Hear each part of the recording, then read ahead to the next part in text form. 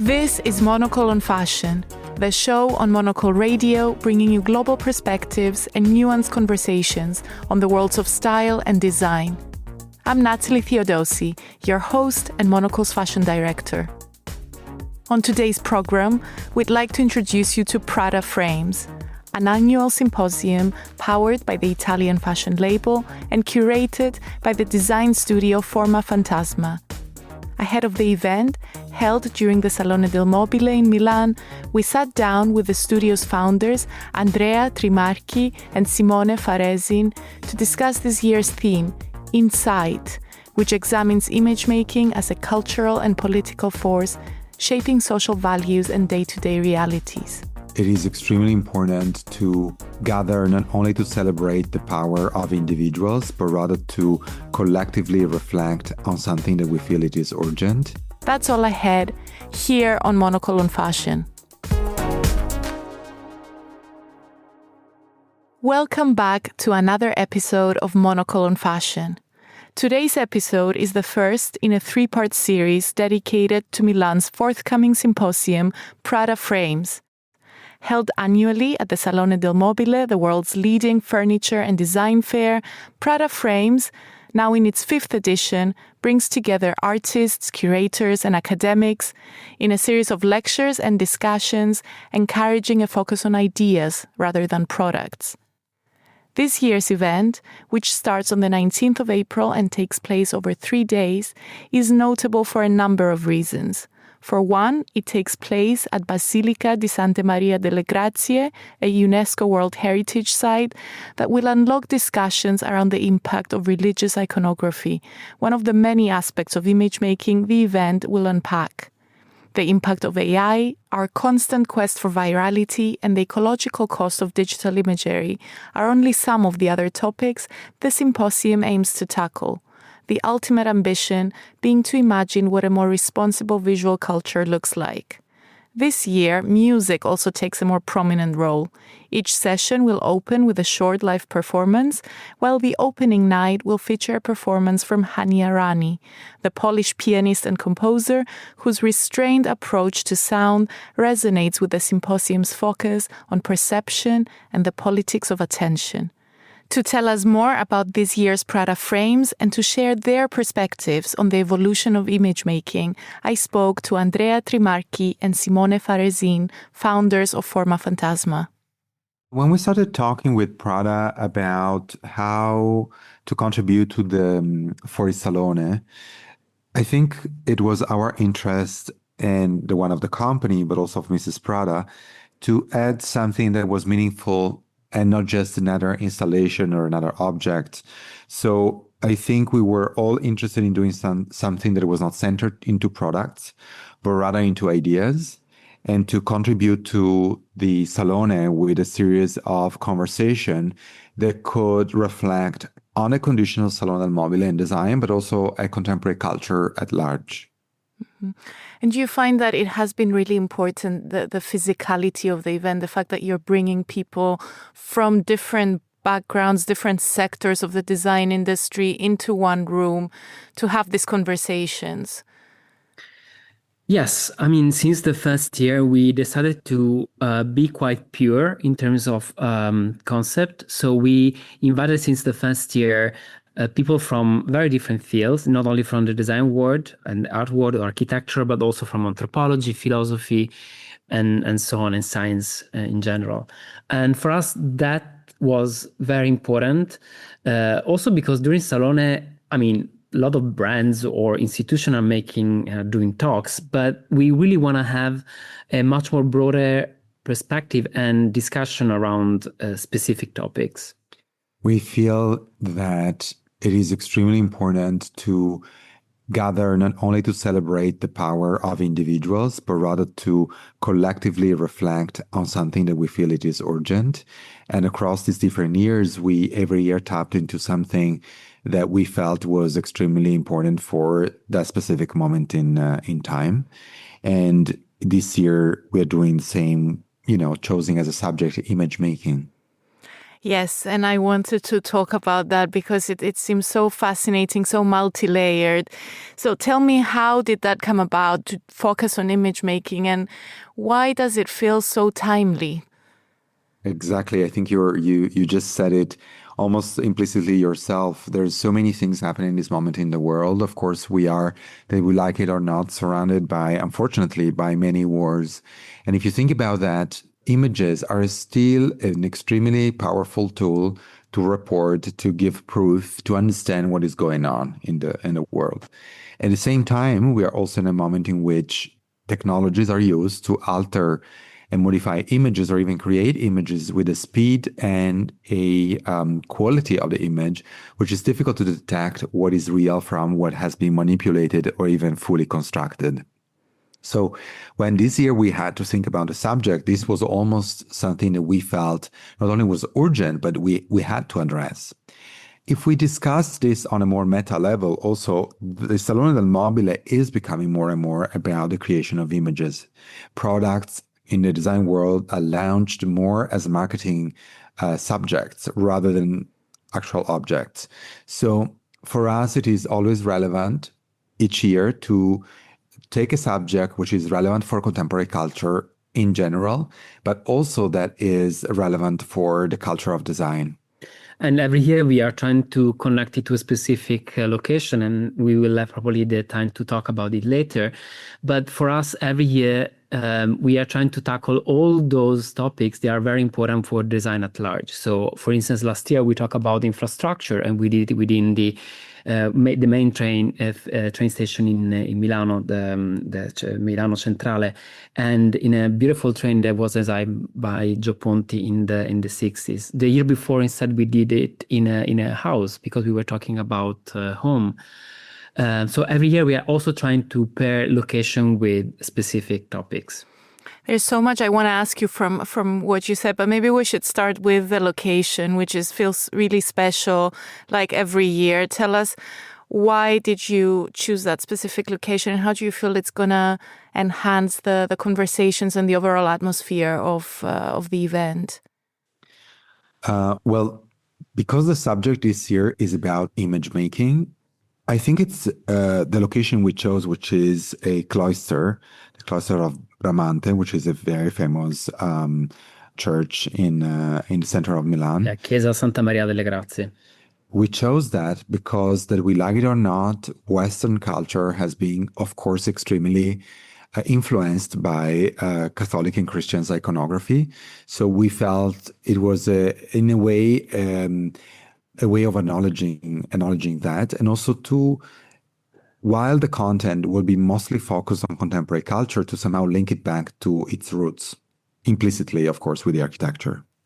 I love that, you look at the topic right from the past, and then the influence of Catholic and Christian imagery to today's kind of obsession with virality and the algorithmic bias. So I wonder if you could give us some clues about also the people that you're bringing together to discuss the topic and examine it and go deep, and things that you are also yourselves looking forward to hearing about and discovering more as the talks are happening. We are extremely interested in, for instance, looking at the physical infrastructure of AI. So it's not about only the images, but how much energy, for instance, do we need to produce those images? So there will be scholars that will be addressing this. We are also looking at architecture, but from a perspective of image production. So what do we mean with this?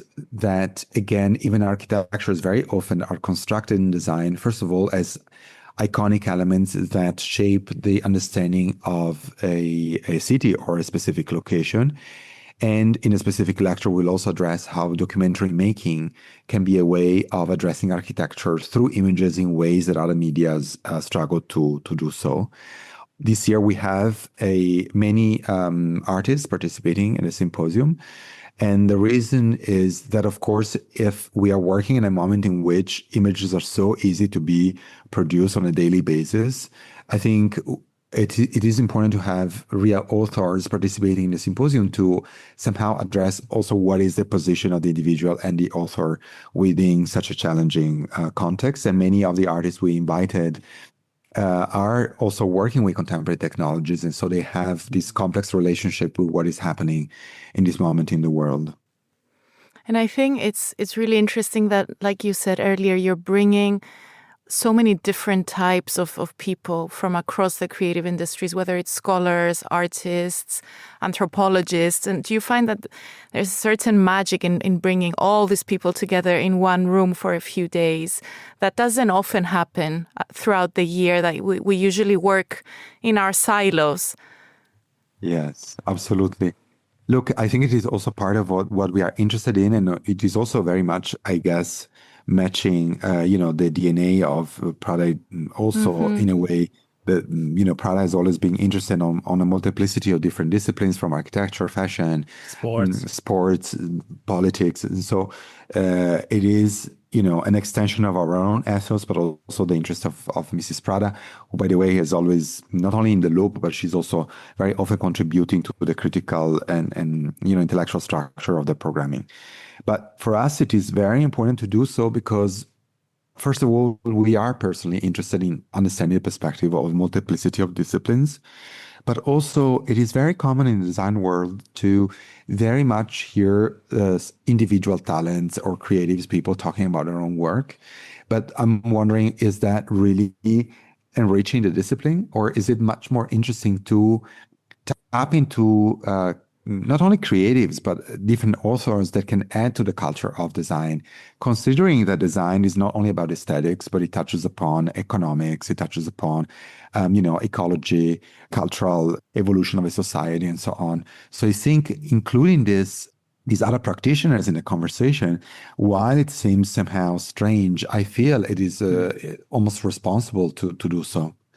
It's also, we saw it in time that it's very interesting also for those practitioners to be present in a fair or in a moment like Salone, also because it's a quite large event. You see that there is space for different kind of conversation, and I'm very happy that since the year one we have been able to nurture this. Also, I think it's fantastic.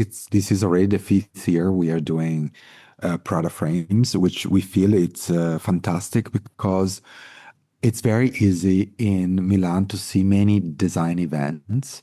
And this is not anymore an event, it's a project. The consistency and the possibility that Prada gave us to constantly curate every year a new session that is very coherent and very consistent with what happened the year before and so on, I think ground the work in a very solid way, and we are very grateful for this opportunity. Yeah, you're right. I think consistency is a key word, because seeing it year after year, I think it's really become a meeting point and something that everyone looks forward to. But at the same time, it always feels fresh. There's always an element of surprise. And this year, I know that you are introducing a lot more performance and music elements. So tell me, I think that in combination with your kind of focus on not having screens and encouraging people to be present makes for such a unique experience. So tell me about the music element a little bit as well, and what you think it's going to add. Absolutely. Well, this year when we were, reflecting on the subject to tackle, even before deciding for image making, we actually reflect a lot on how important it is nowadays to be part of a very specific physical experience where you are situated with your own body, with your own senses, and engaging in conversation with other people. And departing from this, because, in a world that is surrounded by images and digital tools and the possibility of being constantly taken in a virtual world, the physicality of reality is extremely appealing. So since already years, we decided to remove digital screens and to have presentations that are guided either by printed matters or just simply because the speakers found ways of discussing subject without the use of visual support. And following this line of thinking, this year we wanted to focus also on sense, which is different than sight. So that it's not about what you actually see, but focusing also on other possibilities of understanding. And we thought hearing and music, it's of course a wonderful media that somehow is the opposite of what we're going to discuss this year. And because of this, we find it somehow meaningful. And we're going to have music in each session. So every day there is a performing a song that has been written specifically for Prada Frames. And on Sunday, so on the first day, we're going to have a special night in the major church, so in the Chiesa Santa Maria delle Grazie, where we are going to have Anya Rani. She's like a pianist, a very important pianist. And composer. That she will perform at night, together with also a reading and a lecture. So it will be a very special night. Yeah, it sounds quite magical. We should also, I think, speak about the more direct impact of image making and design. You touched upon it a little bit earlier, that we now experience physical spaces differently or through images. And I'm wondering, when it comes to your own practice, projects that you work with, how do you find that this obsession with images and virality and the ways that we consume them has kind of affected the industry at large, but also in some ways your own project when you're thinking about designing either a space or a specific object? Yeah, well, there are many ways that we could look at this for sure. I think what is the most upsetting or problematic is how quickly content ages. So it's not only about images, but it's the constant apparent need for the new. And that is, it is problematic because these very often lead to superficial content. So superficial images, superficial content in general.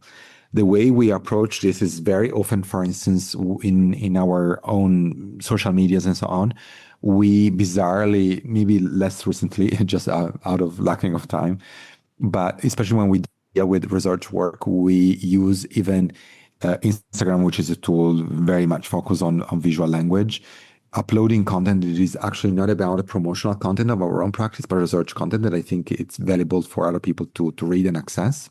So very much focus on text very often. And for what regards said our own creative work, I think the way that we see that it is more and more affected is that there is a more and more also from clients, from people, the requiring of delivering images and content very quickly, almost as if you don't have any more the time to be thoughtful. And I think that, of course, is an extreme complex issue. But on the other side, I feel that this can also sometimes offer, I wouldn't say opportunities, but at least ways out. And I think one way of doing that is not necessarily having to, or at least is what we're trying to do, instead of constantly trying to do something new, to actually find new ways of talking about something. So if we develop a work, for instance, we try to develop a series of contents around that work that is not only about taking different pictures of the same subject and so on, but actually providing other informations, people that are participating into it. So expand the amount of information we share rather than constantly sharing the same content but with new visuals. But of course, this is a very challenging moment in time. I have to say we are lucky enough that, working as authors, very often we work with people that respect, these positions. And I think over time we will see also, hopefully, how important it is to develop also visuals, images and objects that are actually depending not on algorithms, but actually individuals, standing point, which we often forget. I think the most brilliant part of being an author is also that you are very much accountable for what you put out in the world. And we want to be accountable. And I think if we rely on objects and media to develop content, then who is accountable for that content? And I think this is the most challenging problem that we are facing today. It's so interesting when you speak about the speed of content and looking at fashion. I think it has affected the industry almost in a more extreme way with the amount of both content but also collections and products that are being churned out, and how much it has increased in the last decade at least. And I wonder, when it comes to designing the physical objects, have you seen a change in that, in how the objects themselves are affected, the quality, and also just the sheer quantity of new collections and trends and projects that are being kind of released into the world? Well, I have to say we are lucky enough to be in a discipline where the prototyping is kind of slow compared to fashion. Exactly. Like in general, to develop a light, it can take 2 or 3 years to really go in production. So in any case, I think we don't see yet that coming, even if, of course, the production of images around design is like increasingly higher.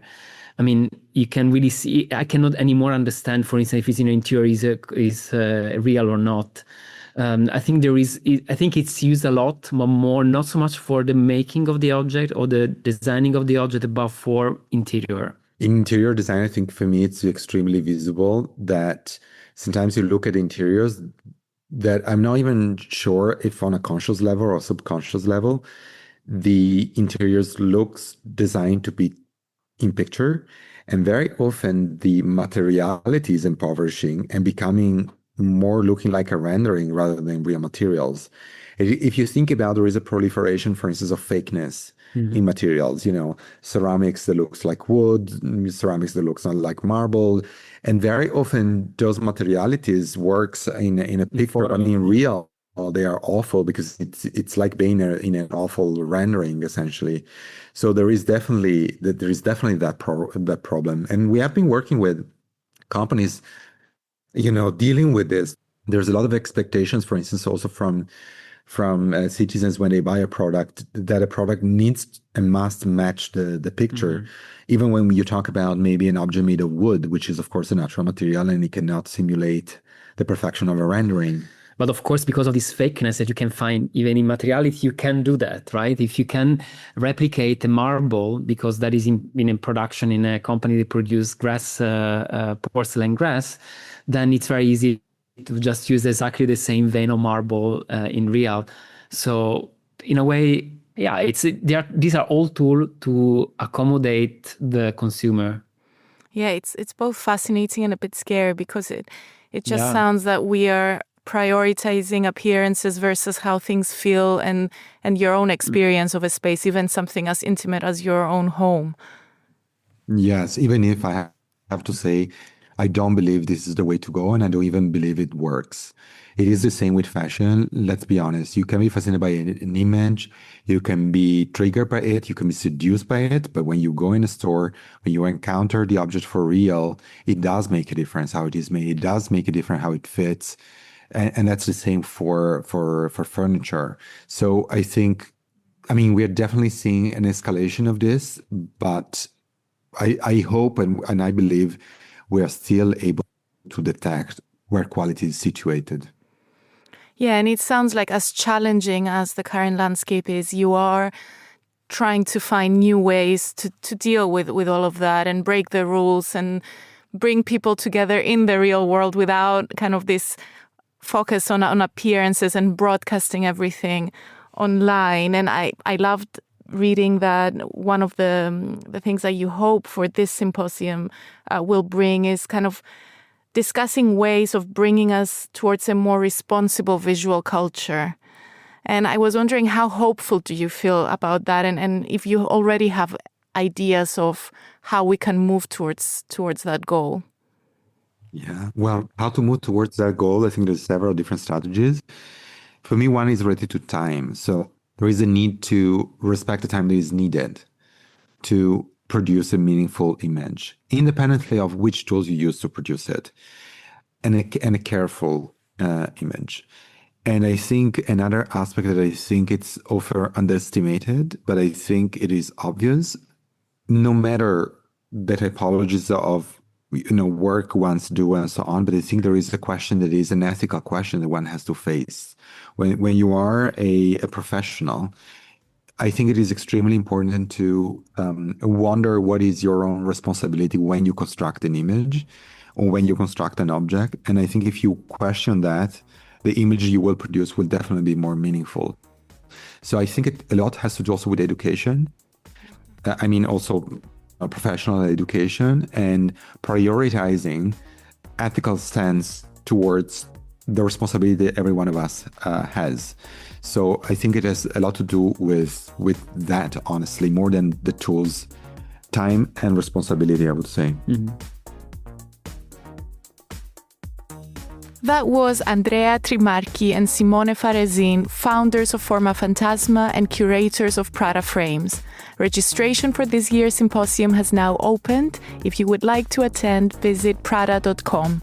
And that's it for today's program. Join us next week for live coverage from Prada Frames opening night. This episode was a collaboration with Prada and Prada Frames. My thanks to Lily Austin for editing the episode. I'm Natalie Theodosi. Thank you so much for listening.